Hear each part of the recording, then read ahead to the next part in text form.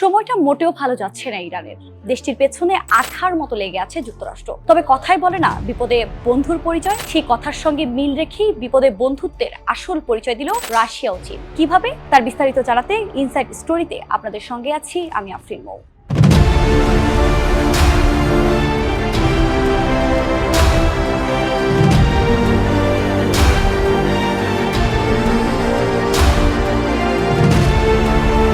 মার্কিন মুলুকে ক্ষমতার পালাবদল হলেও যুক্তরাষ্ট্রের চাপ থেকে রেহাই নেই ইরানের। তেহরানকে একের পর এক আলটিমেটাম দিতে ওয়াশিংটন যখন ব্যতিব্যস্ত, ঠিক তখনই ঢাল হয়ে ইরানের পাশে দাঁড়িয়েছে দুই পরাশক্তি রাশিয়া ও চীন।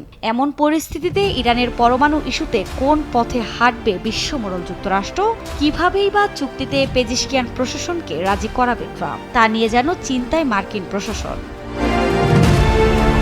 মধ্যপ্রাচ্যের উদীয়মান শক্তি ইরান বরাবরই যুক্তরাষ্ট্রসহ পশ্চিমাদের চক্ষুশূল হিসেবেই পরিচিত। ওয়াশিংটনের নানা চাপ আর একঘরে করার প্রচেষ্টাতেও দমে না গিয়ে বরং প্রতিনিয়ত বাড়িয়েছে নিজেদের অস্ত্রের মজুদ।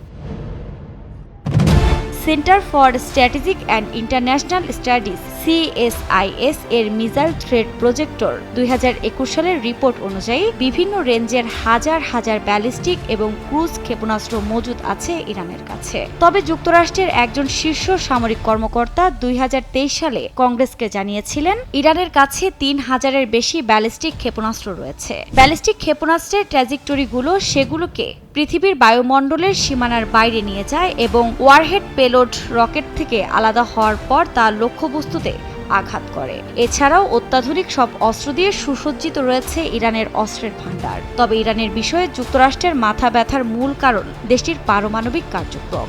এ বিষয়ে আন্তর্জাতিক পারমাণবিক শক্তি সংস্থার মহাপরিচালক রাফায়েল গ্রসি জানিয়েছেন, ইরান পারমাণবিক বোমা তৈরির জন্য প্রয়োজনীয় অনেক উপাদান সংগ্রহ করেছে এবং বর্তমানে তাদের কাছে 6-7টি পারমাণবিক অস্ত্র তৈরির মতো সমৃদ্ধ ইউরেনিয়াম রয়েছে। তবে তিনি এও জানিয়েছেন, ইরানের কাছে এখন পর্যন্ত পারমাণবিক অস্ত্র নেই।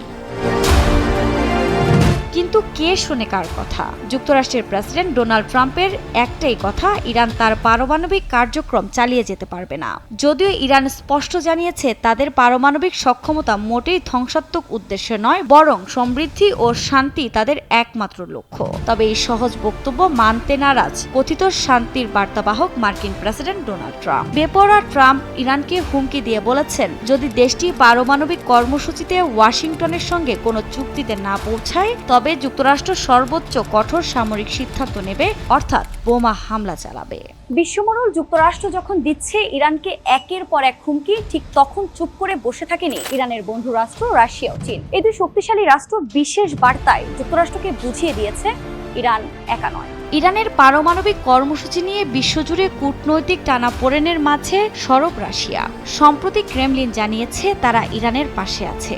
শুধু তাই নয়, তেহরানের পারমাণবিক সমস্যার সমাধানে সবকিছু করতে প্রস্তুত রাশিয়া। এ বিষয়ে ক্রেমলিনের মুখপাত্র দিমিত্রি পেসকভ জানান, রাশিয়া ইরানের সঙ্গে নিয়মিত যোগাযোগ করছে এবং কূটনৈতিকভাবে সমস্যার সমাধানে সব ধরনের সহায়তা করতে প্রস্তুত।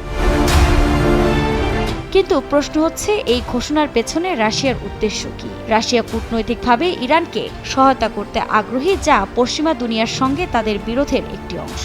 এদিকে ট্রাম্প প্রশাসনের একতরফা সিদ্ধান্ত শান্তিপূর্ণ চুক্তির কাঠামো ভেঙে দিয়েছে, যা বর্তমান অস্থিতিশীলতার অন্যতম কারণ। তবে ইরান এখন আরও আত্মনির্ভরশীল পথে। পারস্য উপসাগরীয় দেশটি চুক্তির বাইরে গিয়ে নিজেদের কৌশল বাস্তবায়ন করছে। কিন্তু ভবিষ্যতের আশঙ্কা হলো, নতুন সংঘাত শুরু হলে তা কেবল ইরান যুক্তরাষ্ট্র নয়, বরং গোটা মধ্যপ্রাচ্য ও বিশ্ব রাজনীতিকেই প্রভাবিত করবে। এই পরিস্থিতিতে রাশিয়ার ভূমিকা পশ্চিমা চাপে ভারসাম্য আনার একটি কৌশল হতে পারে, যা বৃহৎ পরিসরে চীন রাশিয়া ইরান জোটের সম্ভাব্য গঠন বা শক্তিশালীকরণের ইঙ্গিত দেয়। এদিকে ইরানের পরমাণু কর্মসূচিকে কেন্দ্র করে সম্প্রতি চীনও দেয় এক বার্তা, যেখানে দেশটি যুক্তরাষ্ট্রকে উদ্দেশ্য করে বলে, পরমাণু ইস্যু নিয়ে যুক্তরাষ্ট্র ইরান কোনো আলোচনায় গেলে তাতে থাকতে হবে রাজনৈতিক আন্তরিকতা এবং পারস্পরিক সম্মান। ইরানের মিত্র রাষ্ট্র চীনের পররাষ্ট্র মন্ত্রণালয়ের মুখপাত্র লিন জিয়ান এ বিষয়ে বলেন, বর্তমান সংকট তৈরি হয়েছে যে দেশটির কারণে যারা চুক্তি থেকে একতরফাভাবে সরে গিয়েছিল, আর সেটা হলো যুক্তরাষ্ট্র।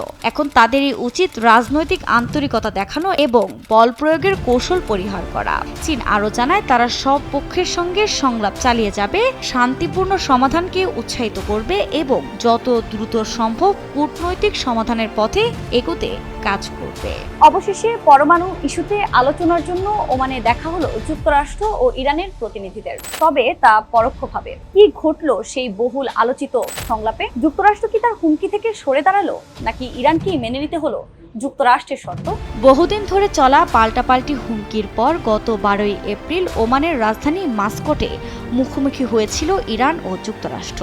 চুক্তি না করলে সামরিক হামলার ভয় আর হামলা করলে দেওয়া কঠোর জবাব, এমন আগুন পরিস্থিতির মাঝে দ্বিতীয় দফায় আবারও বৈঠকে বসার সিদ্ধান্ত নিয়েছে এই দুই দেশ। যদিও খেপাটে ট্রাম্পের কাজে কর্মে মিল না থাকায় মাধ্যম হয়ে মধ্যস্থতা করছে ওমান, কারণ ইরান আগেই বলে দিয়েছে ট্রাম্পকে আর বিশ্বাস করে না তেহরান, কারণ ট্রাম্পের স্বার্থপর মনোভাব আর খারতারামি দেখতে বা মানতে চায় না খামেনির দেশ। কাতার ভিত্তিক সংবাদ মাধ্যম আল জাজিরার এক প্রতিবেদনে জানানো হয়েছে, ওমানের রাজধানী মাস্কটে অনুষ্ঠিত বৈঠকে একসঙ্গে এক ঘরে বসেনি দুপক্ষের প্রতিনিধিরা। আলাদা দুটি কক্ষে বসে তারা পরোক্ষভাবে আলোচনা করেছেন। ওমানের মধ্যস্থতায় যুক্তরাষ্ট্র ও ইরানের প্রতিনিধিরা পরোক্ষভাবে 2.5 ঘন্টার বেশি সময় ধরে আলোচনা করেন। পরোক্ষ এই বৈঠকের প্রধান মধ্যস্থতাকারী ছিলেন ওমানের পররাষ্ট্রমন্ত্রী বদর বিন হামাদ আল বুসাইদি। তিনি দুপক্ষের মধ্যে তথ্য আদান প্রদান করেন। বৈঠকে যুক্তরাষ্ট্রের প্রতিনিধিদের নেতৃত্ব দিয়েছেন ট্রাম্পের বিশেষ দূত স্টিভ উইটকফ এবং ইরানের প্রতিনিধি দলের নেতৃত্বে ছিলেন দেশটির পররাষ্ট্রমন্ত্রী আব্বাস আরাকচি। ইরানি প্রতিনিধি দলে আরও ছিলেন রাজনীতি বিষয়ক উপপররাষ্ট্রমন্ত্রী মাজিদ তাখত রাভানজি, আন্তর্জাতিক বিষয়ক উপপররাষ্ট্রমন্ত্রী কাজেম গরিম আবাদি এবং পররাষ্ট্র মন্ত্রণালয়ের মুখপাত্র ইসমাইল বাঘাই। আলোচনা শেষে ইসমাইল বাঘাই বলেন, এ সংলাপ ছিল শান্ত, গঠনমূলক এবং উভয় পক্ষ সমঝোতার ব্যাপারে ইতিবাচক মনোভাব দেখিয়েছে। ইরান আগেই জানিয়েছিলেন যুক্তরাষ্ট্রের সঙ্গে কোনো সরাসরি আলোচনায় তারা যাবে না। এদিকে বৈঠকের পরও ইরানের বিরুদ্ধে সামরিক পদক্ষেপ নেওয়ার হুঁশিয়ারি দিয়েছেন মার্কিন প্রেসিডেন্ট। তিনি বলেছেন, আমি চাই ইরান একটি অসাধারণ এবং সুখী দেশে পরিণত হোক, কিন্তু তাদের কাছে পারমাণবিক অস্ত্র থাকতে পারবে না। আমি সেটা কোনোভাবেই চাই না। হোয়াইট হাউসের প্রেস সেক্রেটারি ক্যারোলিন লেভিট এক বিবৃতিতে বলেন, প্রেসিডেন্টের দাবি পূরণ না হলে ইরানকে চরম মূল্য দিতে হবে। তিনি আরও বলেন, আমরা খুব স্পষ্ট করে দিয়েছি যে ইরান কখনোই পারমাণবিক অস্ত্রের মালিক হতে পারবে না, আর এ কারণেই বিশেষ এই বৈঠক।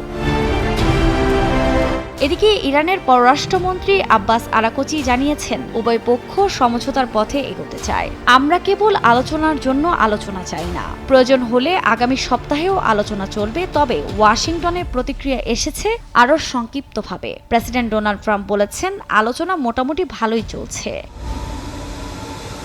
এই আলোচনা মধ্যপ্রাচ্যের জন্য এক গুরুত্বপূর্ণ বার্তা দিচ্ছে। দুই পক্ষই সামরিক উত্তেজনার পথ এড়িয়ে কূটনৈতিক সুযোগ ধরে রাখছে।